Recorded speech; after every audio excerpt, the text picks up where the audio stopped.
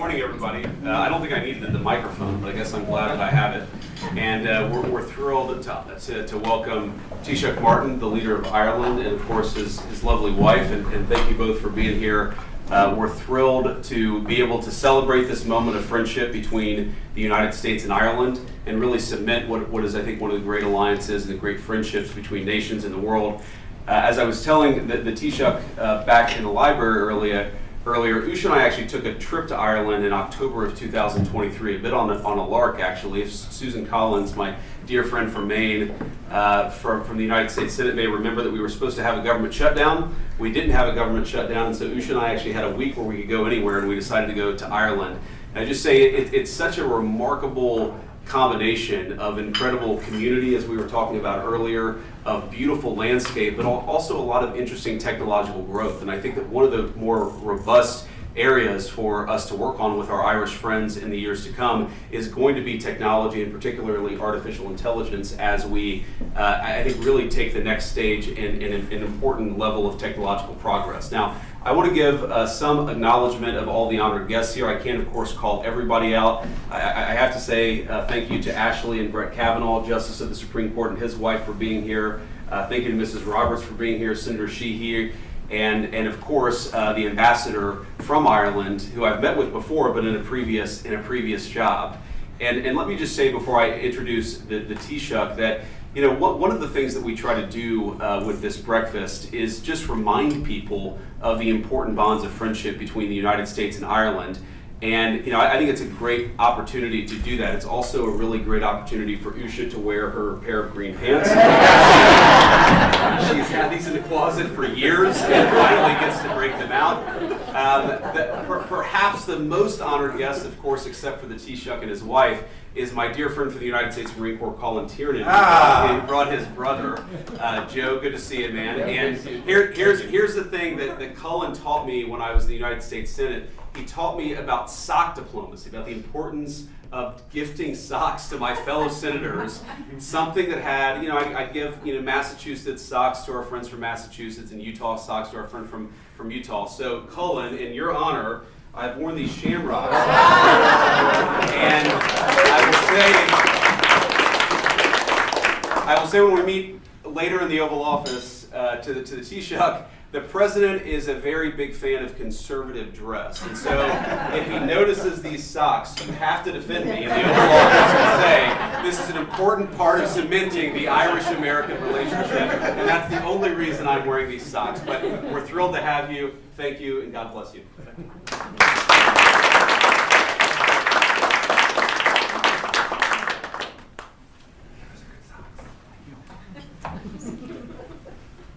Mr. Vice President, Second Lady, honoured guests, let me again begin by expressing my sincere thanks to President Trump and to you, Mr. Vice President, for continuing the time-honoured tradition of celebrating St. Patrick's Day in Washington and DC. And thank you, Madam Second Lady, and thank you, Usha, for hosting this St. Patrick's Day breakfast in your residence. Mary and I greatly appreciate your warm welcome and hospitality. And I've learned something new this morning, the use of socks as a and I'll have to adjust fairly rapidly. Given my conservative kind of dress sense, my wife Mary can testify too. And to some it may seem strange that I, as Taoiseach, choose to spend, of course, our National Day here in the United States. But as you may know, Mr. Vice President, St. Patrick's Day, as it is celebrated today with great fanfare and flourish, began here in the United States. In times long past, Irish emigrants far from hearth and home marked a day in memory of the families that they had left behind. And over time the celebrations grew in strength and number, and today we are deeply proud that March 17th is a day to showcase our rich culture and great friendship from across the world. The United States has been a steadfast friend of Ireland's for centuries. Indeed, the United States was the first country to recognise our long-sought independence. Last year we marked 100 years of Irish-US diplomatic relations.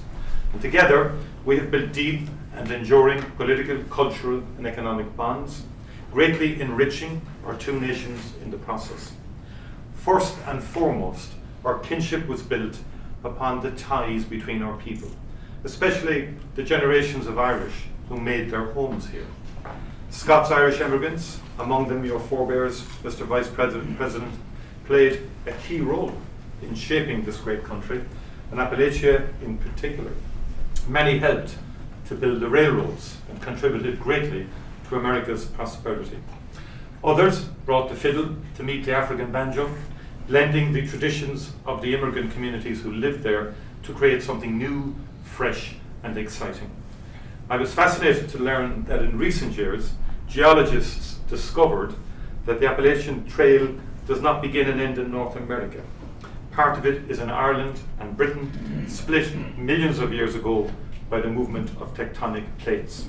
It is not so surprising then that Irish and Scottish immigrants, upon arrival in the United States, chose a familiar landscape on which to found their new lives. Irish Americans continue to make their mark on America, from politics to the arts to business, and they have helped to sustain our people-to-people ties and make a crucial contribution to our economic relationship. Ireland is now in the top 10 as a source of foreign direct investment into the United States, supporting many, many jobs across the country. And nowhere is the strength of the US-Irish relationship more in evidence than in our own peace process. And 44 years ago, President Reagan called for a just and peaceful solution to the conflict that has for so long devastated lives on our island. Politicians from both sides of the aisle rose to the occasion. And the lasting peace we enjoy today on our island is a signature achievement of US foreign policy. And this story of peace is one that we both wrote together. And we know that building peace is a difficult and painstaking task. And we are ready to play our part in supporting work to end conflict and to secure peace in the Ukraine or in the Middle East or wherever. And we welcome very much the unrelenting focus and effort that President Trump and his administration has brought to this task, from his very first days in office. And we welcome the progress that is clearly being made. And as it has always been, the United States remains an indispensable partner and global actor. Mr. Vice President, I know that we care deeply about the world our children and our children's children inherit. And I know that the US and Ireland will continue to stand together, working tirelessly to secure a future that offers the promise of peace and prosperity. Mr. Vice President, as I wrap up, allow me to thank you and Usha once again for opening your home to us and through us to the people of Ireland. You have made us feel right at home in this splendid house on our first St. Patrick's Day together. And I hope that you will allow us to return the honour. And I've been told that our small island holds a special place in your shared memories, as you said to me earlier, as you enjoyed a road trip to Ireland. Now, the Vice President did say the road trip could be somewhat difficult next time round, given the number of vehicles that might have to be attached. And you visited Ring of Kerry, Skibbereen, home of our Olympic champions, as I explained to the Vice President, Cashel and Dublin, and you tasted the delights, I believe, of the English market in Cork as well, and I'd love to bring you back there in particular. We would be honoured and delighted to welcome you both back to our shores before too long. And Mr. Vice President, I know you're partial to a game of golf. We have some exceptional courses in Ireland, one of which, in a remote and beautiful part of Ireland called Doonbeg, President Trump could tell you a thing or two about that. So, Mr. Vice President, Madam Second Lady, Mary and I thank you once again for your warm hospitality, and we thank you for your friendship. As we say in Gaelic, Gorv Mila Mila Mahagwif Galea. Thank you.